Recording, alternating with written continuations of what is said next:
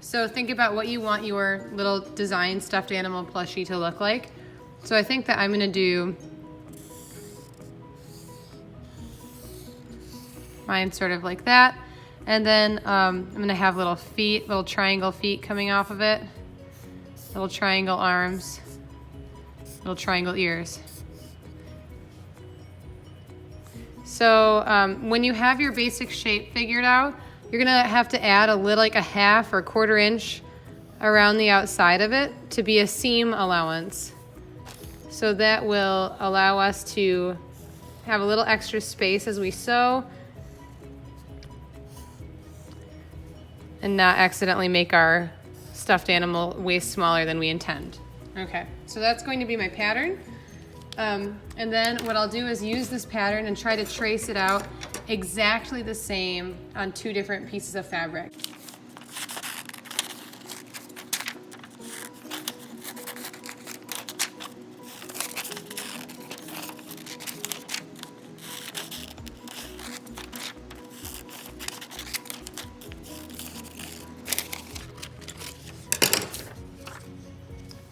All right, so I cut my pattern out with my seam allowance, and I have my first piece of fabric.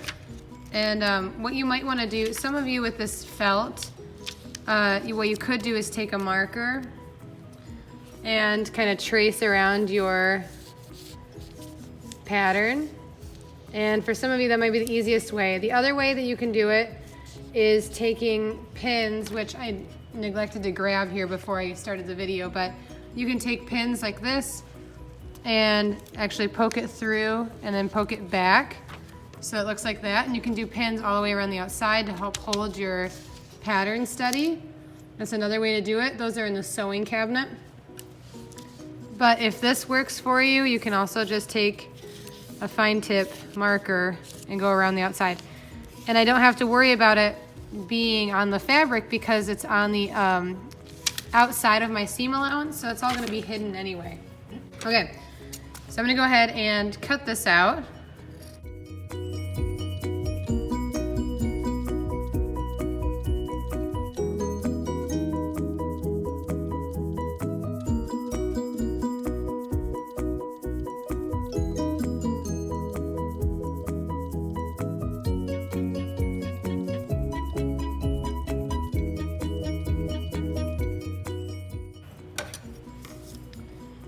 All right, so I have my first one right there, and now I want to trace it out to a second sheet of fabric. So my second sheet of fabric, I'm going to use this darker brown, and these are kind of like a felt material. This one's definitely felt. I'm not sure exactly what this one is, but it's felt-y. And I'm going to trace it out and cut it out here. Now this is very important. You need to make sure that you're making an identical one. So they have to be the exact same. I've had students kind of rush through it before where they don't make sure that every little part of this pattern is lined up, and it just makes it a huge pain when you start to sew because you might end up having to sew part of the ear off, and then you're not having the entirety of your design. So if you want, you can, I think it's better to just trace this one, not your paper one, because you may have accidentally made some different cuts onto this that you didn't have on the paper. And that way it's hopefully gonna be more true to the design here. All right, so now let's go ahead and lay these on top of each other and double check, make sure that they're identical, okay? So this little teensy bit off is gonna be okay, but I don't wanna see, like, if I laid it on top and it would look like that, that would be bad. So you wanna make sure that it's really, really close. And now before you start sewing these together is the great time to do any details or anything.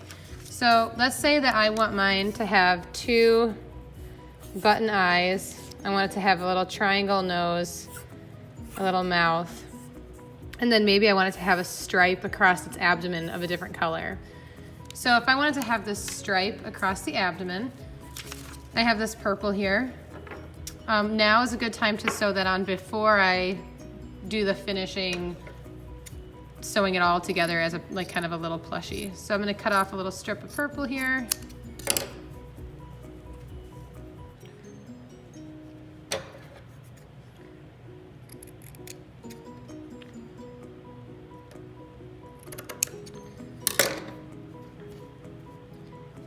and let's say if this piece is my front, that I'm gonna go ahead and use a running stitch and stitch across this top and bottom. I don't really need, honestly, don't need to worry about sewing the sides because I'm going to sew the sides later.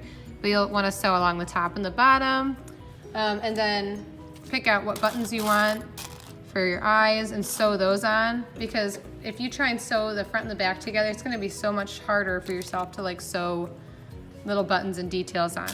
So, oh, okay, so this is what I wanted to get to.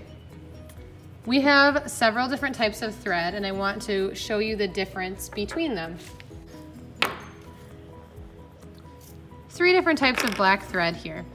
So the first one is just regular thread, and I know it's regular thread because if I take it in between my hands and I pull, it'll break. So regular thread that stitches your shirts together, that's what this is.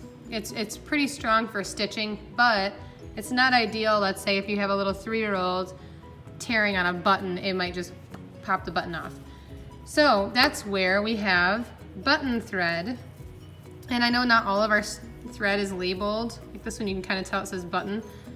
And this one, you know it's button thread though, even if it's not labeled, because if you take it in between your hands and you pull on it, it would like cut your hand before it would actually break. It's very hard to break on your own. And if it's that strong, you know that it's appropriate for a button. You will also notice that it's a bit thicker than regular string. So you might have to select a different needle that has a slightly bigger eye to help you sew on your button. So when you're sewing on buttons, use button thread or any kind of really thick, strong thread. Which leads me into my last type of string we have. This string is called embroidery thread. Let me see where my camera is here. And embroidery thread is actually just a series of a whole bunch of threads all kind of twisted together. So when you try to put it on your needle, you might have to really twist it. And you might also have to select an appropriate size needle for it. Embroidery thread is for embroidering. So like that would be if I wanted to use a running stitch and make my little nose and mouth for my kitty, or whatever this is, I would use embroidery thread. And actually, we have a whole bunch of it. There's tons of different colors. So hopefully you'd be able to find whatever you need to decorate. So this is kind of decorative thread. Don't use this for stitching that's not gonna be seen. Use it for stuff that's gonna be decorative. All right, that's it for this tutorial for today. We will talk about how to flip and stuff next time.